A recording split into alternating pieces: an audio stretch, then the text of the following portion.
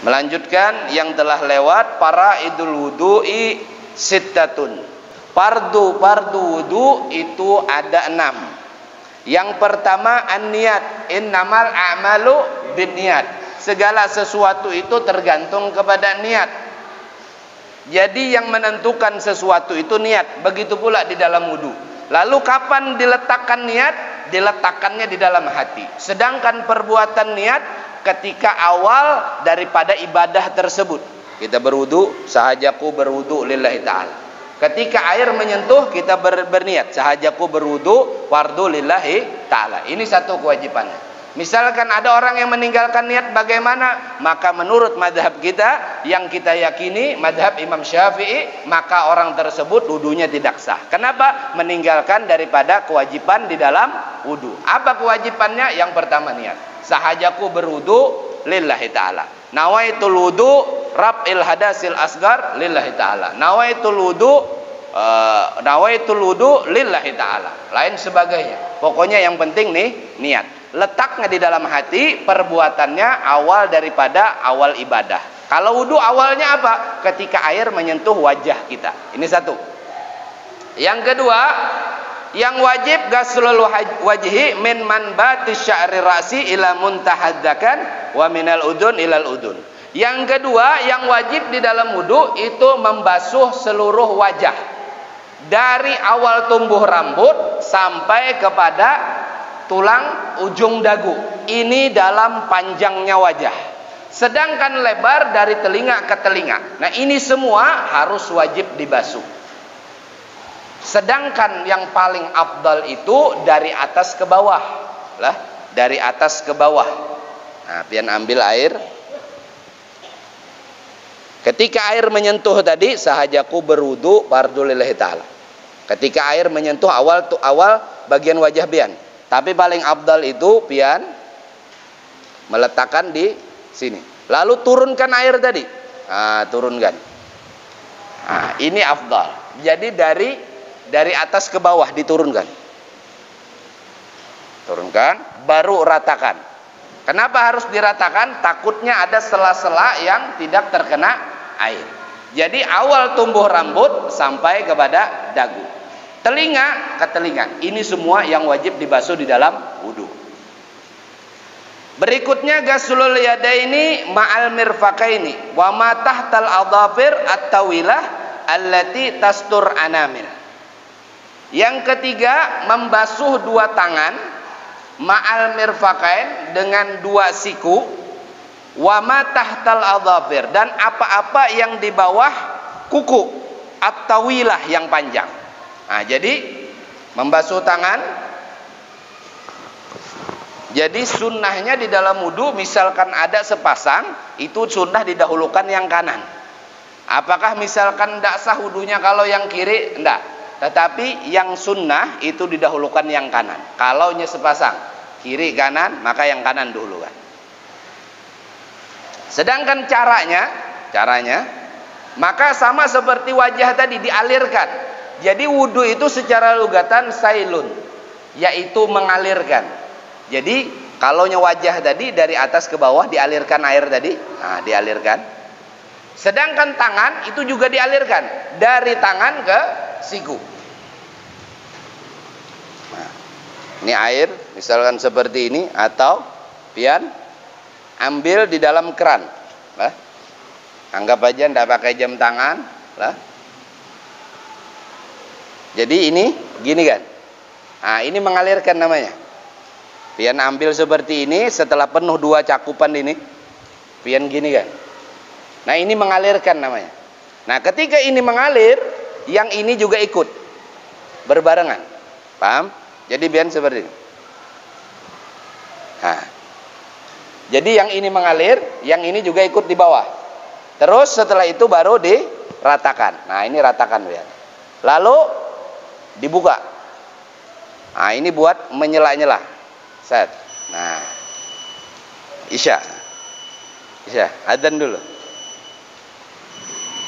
Jadi kembali ketika wudu tadi. Jadi secara lugatan wudu itu sail, mengalirkan. Jadi ketika wajah tadi kita alirkan dari atas, ke bawah, baru ratakan. Begitu pula ketiga tangan. Nah, pian alirkan, terus yang belakang ngikutin. Terus ratakan airnya, karena di dalam wudu menggosok itu hukumnya sunnah, menggosok. Nah, meratakan. Lalu pian ini buka langsung, ini masuk. Nah, kalau pian pakai cincin, maka sunnah pian putar. Kalau wudu ketika pakai cincin sunnah diputar. Tetapi ketika bertayamum pian wajib melepas. Ini bedanya. Kalau wudu sunnah diputar, kalau tayamum wajib dilepas. Nah, jadi pian ulangi 3 kali. 3 kali. Nah, 3 kali. Sekaligus nyela, melihat bola. Lalu yang kiri, baru yang kiri. Yang kiri kebalikannya. Yang ini di atas, baru ini di bawah. Sama. Ratakan. Nah. Sela-sela. Dan sunnah ditutup terakhir seperti ini. Supaya betul-betul sampai. Bagi yang panjang kukunya, wa ma tahtal adhafir at-tawilah, dan apa-apa yang berada di bawah kuku yang panjang. Makanya kan kuku itu jangan panjang-panjang. Kenapa? Wudu susah. Jadi tidak ada larangan kuku panjang itu, sebenarnya tidak ada. Cuman kalau urusan wudu susah. Nah, jadi biar harus disampaikan air. Yang biasanya tertutup tanah kah atau kotoran kah? Nah, misalkan bagaimana? Maka itu harus disampaikan ke bawah sana. Kalau pakai kutek, nah itu jelas tidak nyampe. Nah, di sini ada kuteknya, misalkan lah ibu-ibunya. Kalau pakai pacar pang kayak apa? Pacar tidak masalah. Kenapa? Pacar itu tidak menghalangi air karena dia mewarnai. Tetapi kalau kutek ataupun bejenisnya apapun, misalkan di sini dipasang-pasang, selama itu menghalangi air, maka wudu pian tidak sah. Jadi pian harus bersihkan kuteknya. Jadi kalau mau pakai kutek itu waktu haid saja. Boleh? Boleh. Jadi kalau sudah mau selesai haidnya, bersihkan kuteknya. Jadi kan haid itu biasanya lah paling lama 15 hari. Kebanyakan 6 sampai 7 hari. Jadi kalau pakai kutek bisa, terserah. Tidak masalah. Berikutnya, wa mashu ba'dir ra'si illam yakun alaihi sa'run wala yakfi masu sya'ri tala an hadd ra'si. Berikutnya mengusap sebagian kepala. Nah, maka di sini tidak lagi menjalankan air, tidak lagi mengalirkan air, melainkan cukup diusap. Maka kalau itu diusap, berarti kita mengambil air baru lalu usapkan. Usapkan. Walaupun orang tersebut tidak punya rambut.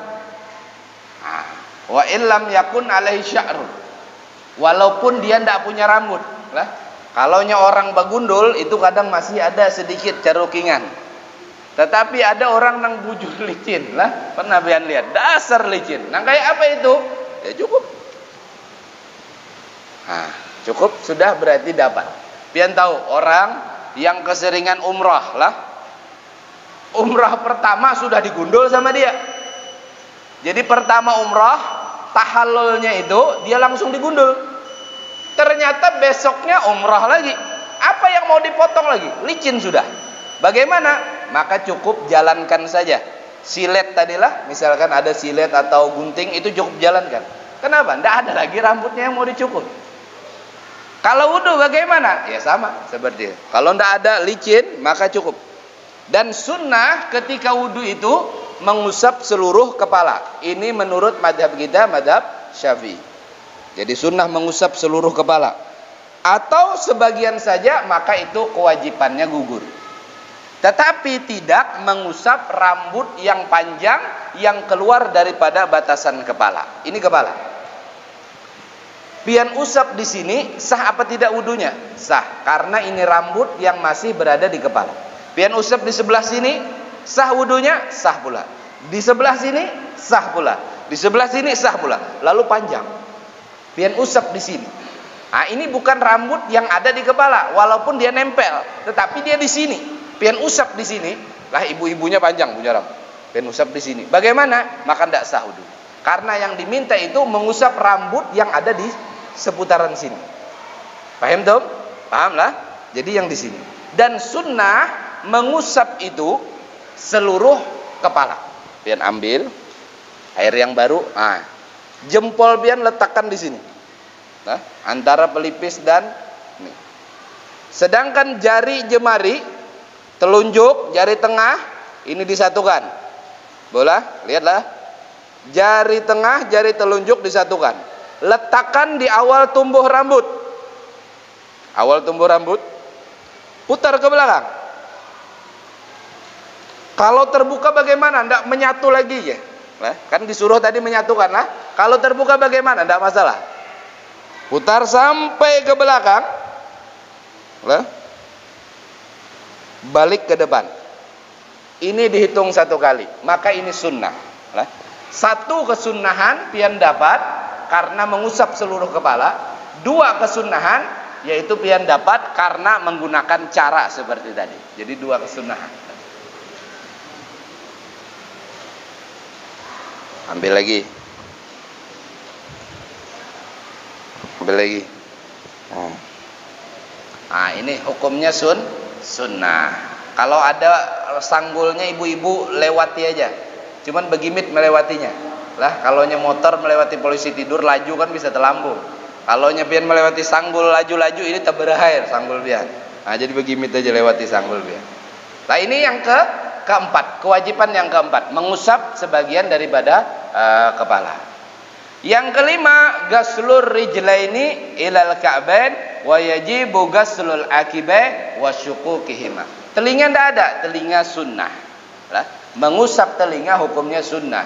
Jadi ini yang disebutkan yang wajib-wajibnya saja dulu.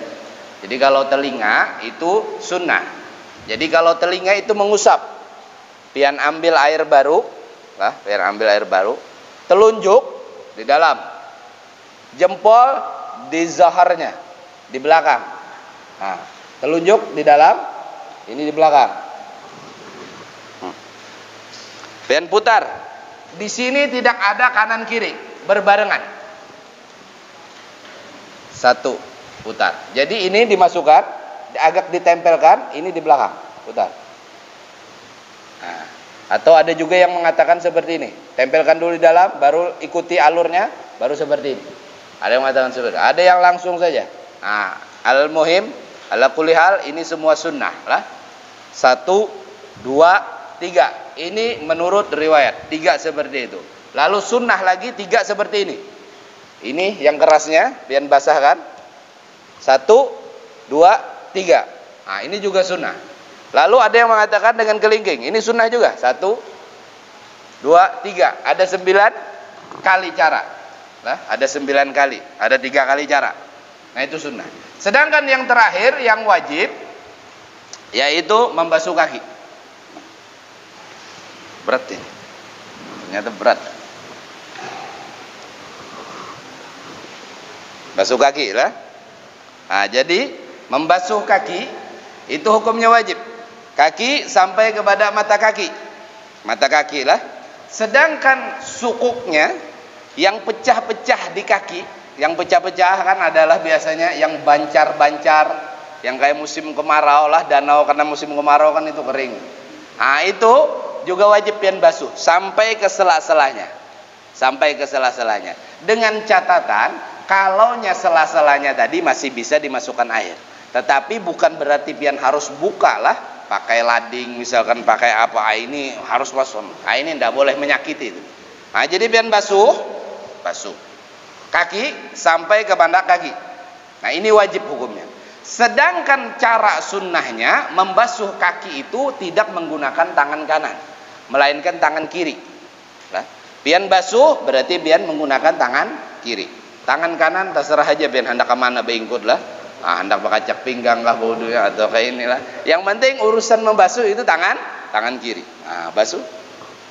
Nah, lalu menyela-nyelanya juga hukumnya sunnah. Mencelak-celak, mensela-sela lah. Lain mencelak lah. Mencela itu menyambati. Mensela-sela itu kan artinya ini jari-jari. Kalaunya tangan tadi kan kayak ini, menyela-nyela, kayak ini. Kalau kaki ada cara khususnya, Nah, ini pian sela-selanya dari bawah. Ini kan kaki dari bawah. Menggunakan kelingking tangan kiri. Menyela-nyelanya dari bawah menggunakan kelingking tangan kiri. Dari bawah dan dimulai dari kelingking kaki kanan. Kelingking sebelah kanan lah. Jadi pian bawah. Nah, seperti ini. Kira-kira bisa lihat lah ibu-ibunya. Ini ibarat kaki bola. Kaki. Pian bawah sini. Ini kelingking tangan kiri. Ini kelingking batis. Pian sela-sela seperti ini. Ini cara menyela-nyela kaki kanan. Kalaunya kaki kiri, maka dilanjutkan saja. Tetap dari bawah, tetapi mulainya daripada jempol. Nah, sama tangannya tetap tangan kiri, kelingking tangan kiri dari bawah. Nah, ini cara sunnahnya. Jadi pian, ini ibaratnya batis kiri lah. Berarti menyela-nyelanya dari sini. Tetapi tetap dengan tangan kiri, kelingking tangan kiri dari bawah. Setelah dibasuh sempurna. Kira-kira paham itu caranya? Oh, misalnya. Itu pian praktikakan, memang terlihat agak rumit. Tetapi setelah pian praktekkan, maka itulah wudu yang mana pian mengerjakan dengan cara sunnah, dengan cara yang diajarkan oleh Nabi Shallallahu Alaihi Wasallam. Artinya wudunya saja sudah kita memiliki keterkaitan dengan Nabi. Wudunya saja sudah kita menggunakan sunnah Nabi Shallallahu Alaihi Wasallam. Artinya kita memiliki hubungan dari mulai wudu tadi sudah kita miliki hubungan dengan Nabi Shallallahu Alaihi Wasallam. Dan yang terakhir daripada kewajiban wudu at-tartib bainal a'dha'i arba'ah. Tertib beraturan antara anggota-anggota wudu tadi. Jadi kalau muka awal, imbah itu tangan. Imbah tangan bagian kepala, imbah itu hanya batis. Ini tertib ngarannya. Jangan pian putar-putar. Jangan pian sulisih-sulisihakan. Nah, ini tertib. Sebagaimana ibadah itu ada aturannya, sebagaimana setiap perbuatan ibadah itu ada aturan syaratnya, maka wudu aturan syaratnya pun harus kita ikuti. Ketika kita mengikuti aturan dan syaratnya, itulah yang dikatakan serupa dengan Nabi Shallallahu Alaihi Wasallam. Kalau serupa dengan Nabi, berarti pian cinta dengan Nabi. Kalau orang yang cinta, almar'u ma'aman ahab.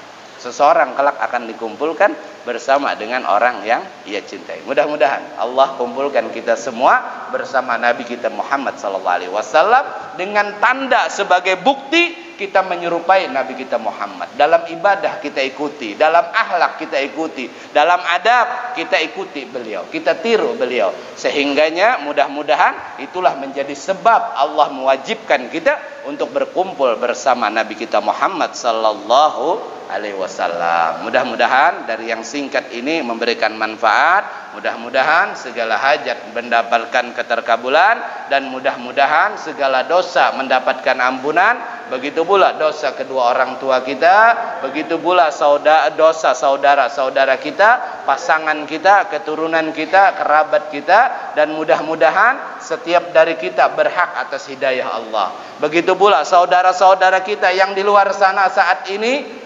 mudah-mudahan pun berhak atas hidayah Allah. Mudah-mudahan saudara-saudara kita yang saat ini mungkin bermaksiat, mudah-mudahan Allah ampuni kemaksiatannya dan Allah berikan hidayah kepadanya. Dan terkhusus kita doakan kepada anak daripada guru Hairullah, mudah-mudahan Allah jadikan keberkahan baginya, keberkahan bagi keluarganya, sehat umurnya, panjang sehat badannya, panjang umurnya, luas rezekinya. Amin ya rabbal alamin, ya akramal akramin, ya arhamar rahimin, ya mujibas sailin, walhamdulillahi rabbil alamin.